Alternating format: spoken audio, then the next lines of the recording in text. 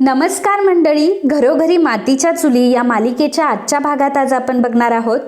ऋषिकेश, जानकी आणि ओवी तिघेही मिळून दिवाळी छान अशी सेलिब्रेट करत असतात. त्यावेळी ते बाहेर फटाके उडवत असतात आणि खूप मजा करत असतात. ऋषिकेश ओवीकडे बघत असतो. ओवी खूप आनंदात असते. हे बघून त्यालाही आनंद होतो. आणि मग त्यावेळी ऋषिकेशला 4 मुलं दिसतात. त्यामध्ये एक मुलगी असते. हातामध्ये हात धरून ते फटाके उडवत असतात, नाचत असतात, आनंद व्यक्त करत असतात. आता त्या चौघांना बघून ऋषिकेशला त्याच्या भावंडांची आठवण येते. कशा प्रकारे नेहमी माझे भावंड माझ्या सोबत असायचे, आम्ही सोबत मजा करायचो. कशा प्रकारे आमच्या चौघांचाही हात एकमेकांच्या हातामध्ये होता. परंतु आता मात्र सगळं विखुरलंय. तो सारंग जो सर्वात लहान आहे तो मला वर तोंड करून म्हणाला की तुझ्या बायकोने नानांना खाली ढकललंय. जी शर्वरी मला प्राणापेक्षाही जास्त प्रिय होती त्या शर्वरीने माझ्या बायकोवर नको ते आरोप केले आणि नको ते तिला बोलली. ज्या आईला स्वतःपेक्षाही जास्त समजलं, स्वतःपेक्षाही मोठा दर्जा दिला आणि त्या आईने आपल्याला आई म्हणण्याचा अधिकार सुद्धा काढून घेतला. त्या आईला आपण प्राणापेक्षाही प्रिय होतो असं ती म्हणत होती आणि त्याच आईने मात्र आपल्याला घराबाहेर काढून दिलं. या सगळ्या गोष्टी ऋषिकेशला पुन्हा एकदा रिमाइंड होऊ लागतात. ऋषिकेश फुलबाजी उडवत असताना त्याचं लक्षही येत नसतं की ती पेटत पेटत त्याच्या हातापर्यंत येत असते. ऋषिकेश त्या 4 मुलांकडेच बघत असतो. त्याला त्याची भावंडांची आठवण येत असताना तो रडायला लागलेला असतो. आता त्याच वेळी जानकीचं लक्ष जातं. ऋषिकेशचा हात भाजतो की काय असं तिला वाटतं आणि मग ती लगेचच ऋषिकेशच्या हातातून ती फुलबाजी फेकून देते आणि म्हणते की ऋषिकेश, काय झालंय, तुमचं लक्ष कुठे आहे? जानकी आता ऋषिकेशकडे बघते आणि ऋषिकेशला विचारते की काय झालं ऋषिकेश, सणासुदीच्या दिवशी तुमच्या डोळ्यात पाणी? तुम्हाला घरच्यांची आठवण येते का? प्लीज आजच्या दिवशी जुन्या आठवणी काढून आजच्या दिवसावर पाणी फेरू नका ना. तुम्हाला ओवीची दिवाळी छान सेलिब्रेट करायची होती ना. बघा, त्यासाठी तुम्ही जीवाचा किती आटापिटा केला आणि आता बघा आपलं बाळ किती खुश आहे ते. तुम्हाला तर हेच हवं होतं ना, मग तुमच्या डोळ्यात पाणी का आहे? तेव्हा ऋषिकेश म्हणतो की हो, बरोबर आहे तुझं. मला ती माणसंही नकोय आणि त्या माणसांची काही आठवणीही नकोय. ज्या माणसांनी मला घराबाहेर काढलं, जे माणसं आपल्याला सावत्र मानतात, त्या माणसांना आठवून आपण आपली दिवाळी खराब कशाला करायची? नाही, आता मी अजिबातच रडणार नाही. तेव्हा जानकी आता ऋषिकेशच्या डोळ्यातलं पाणी पुसते आणि सांगते की आता डोळ्यात अजिबात पाणी आणायचं नाही. तेवढ्यात ओवी तिथे येते आणि जानकी ऋषिकेशला म्हणते की आई बाबा चला ना, मला पाऊस उडवायचा आहे, चला माझ्यासोबत. चला ना, आपण तिघेही मिळून पाऊस उडवूयात, मला भीती वाटते. मग जानकी, ऋषिकेश आणि ओवी तिघेही मिळून पाऊस उडवत असतात. तिघेही खूप खुश असतात आणि जेव्हा ते पाऊस उडत असतात, नाचत असतात, कोणीतरी मात्र त्यांचा व्हिडिओ रेकॉर्ड करत असतं. मित्रांनो, तुम्ही हा व्हिडिओ बघताय याचा अर्थ घरोघरी मातीच्या चुली ही मालिका तुमची फेवरेट आहे. आपण या चॅनलवर या मालिकेचे डेली रिव्ह्यूज देत असतो. तर मित्रांनो, न चुकता तुम्हाला आपले सर्व एपिसोड बघायचे असतील तर लगेच आपल्या चॅनलला सबस्क्राईब करा. कारण जेव्हा तुम्ही सबस्क्राईब कराल तर आणि तरच आपल्या चॅनलचे नोटिफिकेशन तुम्हाला येतील आणि तुम्ही लगेच आपले व्हिडिओ बघू शकतात. धन्यवाद. तर इकडे सुमित्रा ही सौमित्रेला विचारते की सौमित्रा, नाना झोपले ना?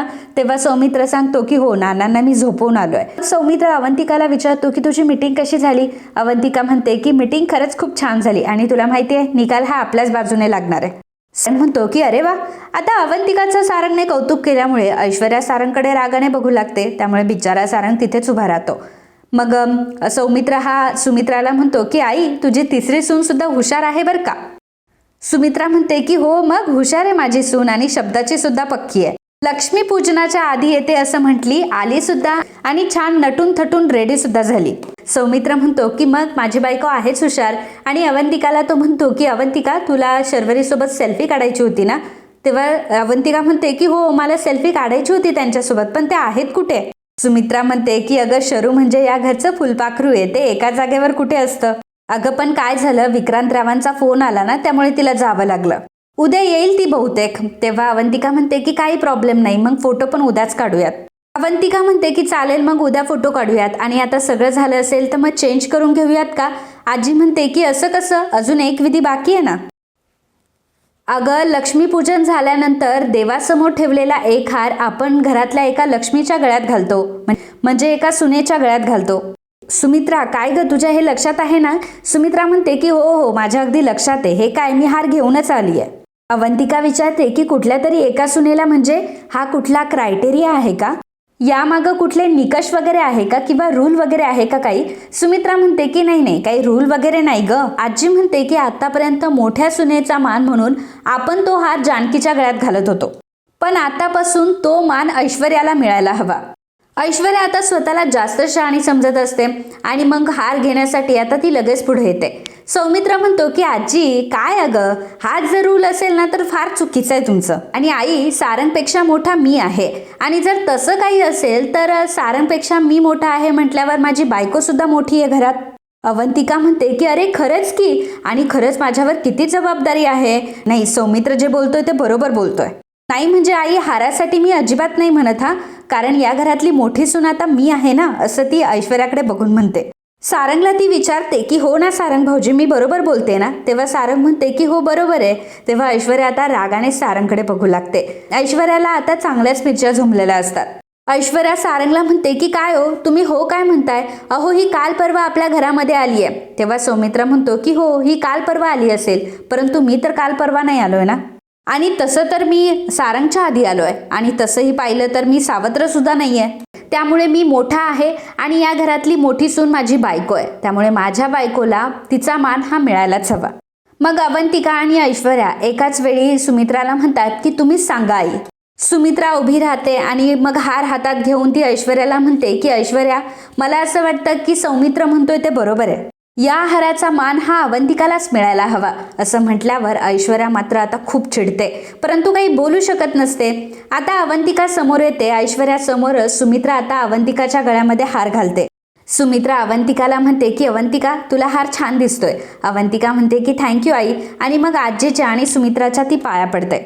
त्याच वेळी सौमित्रला आता कॉल येतो आणि मग तो जानकीचा कॉल असतो. सौमित्र सगळ्यांसमोर म्हणतो की बघा, जानकी वहिनीचाच फोन आहे. मग सौमित्र आता जानकीशी बोलू लागतो. जानकी सौमित्रला म्हणते की सौमित्र भाऊजी, तुम्हाला दिवाळीच्या खूप खूप शुभेच्छा. अवंतिका आणि घरातल्या सगळ्यांना मला दिवाळीच्या शुभेच्छा द्यायच्या आहे.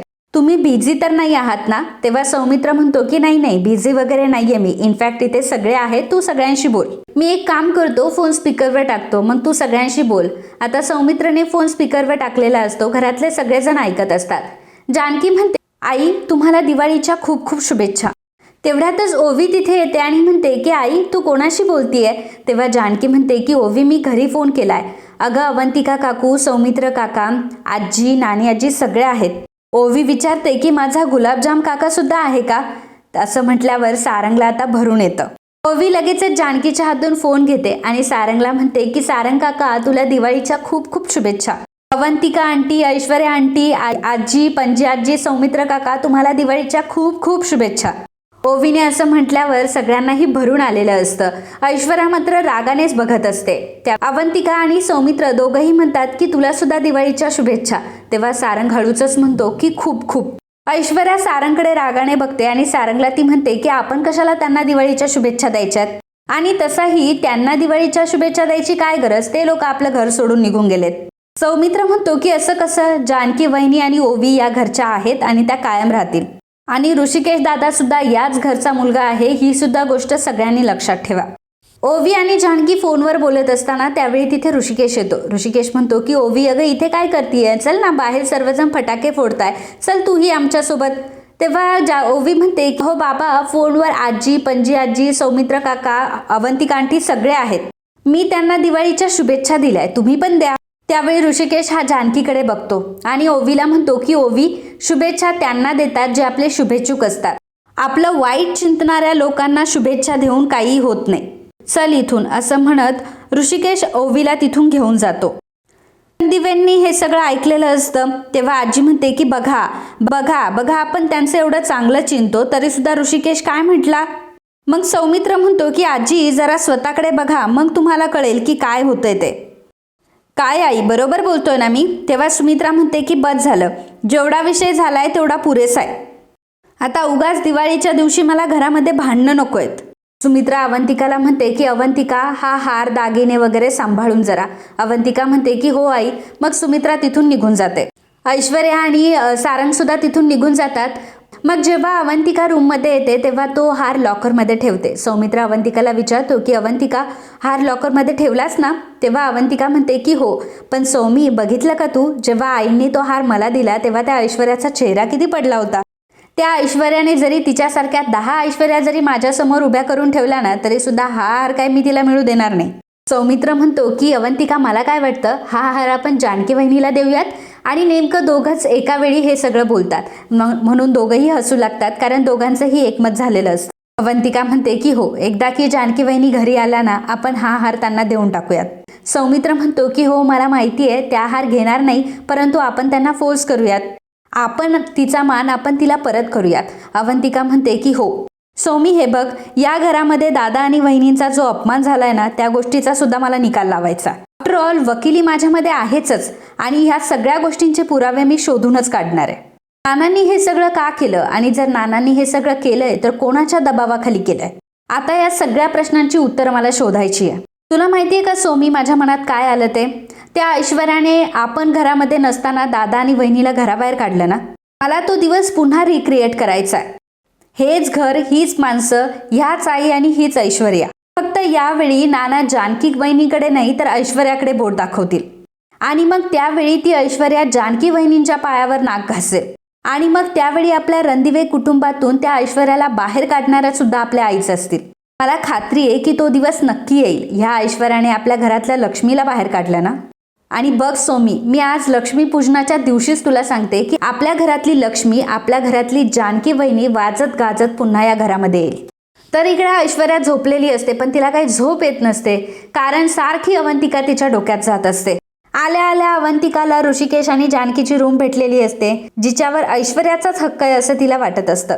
आणि त्यानंतर आज तर भलतंच घडलेलं असतं. ऐश्वर्याच्या तोंडाशी आलेला घास अवंतिकाने पळवलेला असतो, तो म्हणजे हार. ऐश्वर्याला जो हार मिळणार असतो तो आज अवंतिकाला मिळालेला असतो. ऐश्वर्याच्या समोर सुमित्राने तो हार अवंतिकाच्या गळ्यात घातलेला असतो.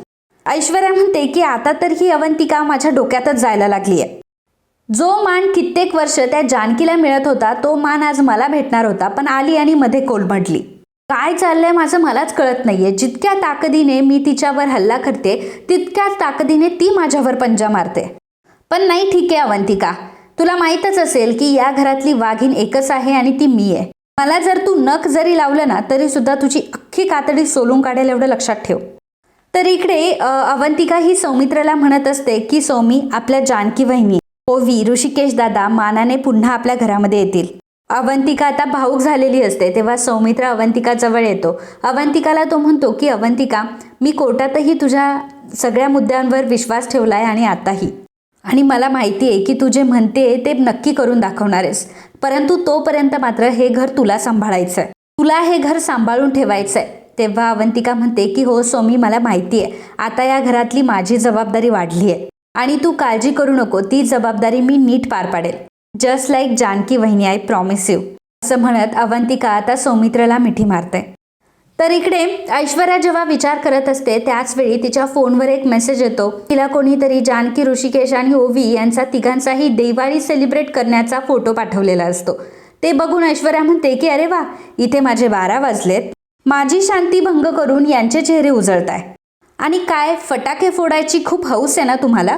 मग आता तुमची हॅपी दिवाळी कशी करायची ना ते मी बघते.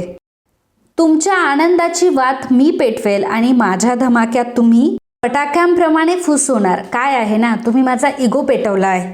अगं जानकी, मी तो फटाका आहे जो फटाका फुटायला ना जरा वेळ लागतो, परंतु जेव्हा तो फटाका फुटतो ना तेव्हा मात्र सर्वजण बघत असतात.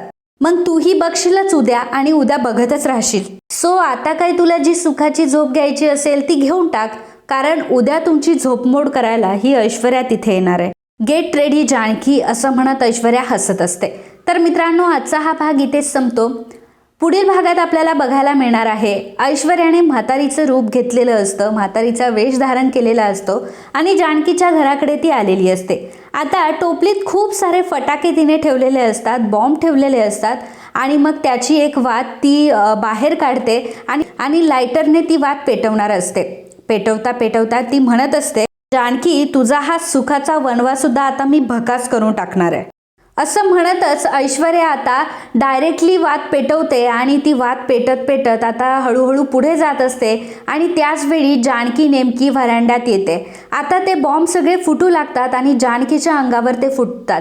जानकीच्या साडीलाही आग लागलेली असते आणि जानकी आता आगीत होरपळत असते. तेव्हा ऐश्वर्या मात्र तिची मजा बघत असते. जानकीला आता त्रास होत असतो. जानकी मोठमोठ्याने ओरडत असते, जानकीला भाजत असतं. तर मित्रांनो, ह्या ऐश्वर्याने डायरेक्टली जानकीला आता पेटवून दिलेलं असतं. खरंच आता जानकीला भाजलंय का, की जानकीला ऋषिकेश वाचवायला येईल, हे मात्र आपल्याला उद्याच्या भागातच कळेल. पण मित्रांनो, आजचा हा भाग तुम्हाला कसा वाटला हे जर तुम्हाला एका शब्दात सांगायचं असेल तर तुम्ही ते कसं डिस्क्राईब कराल हे आम्हाला नक्की कमेंटमध्ये सांगा. So friends, if you like my video please do subscribe, share and comment. Thank you.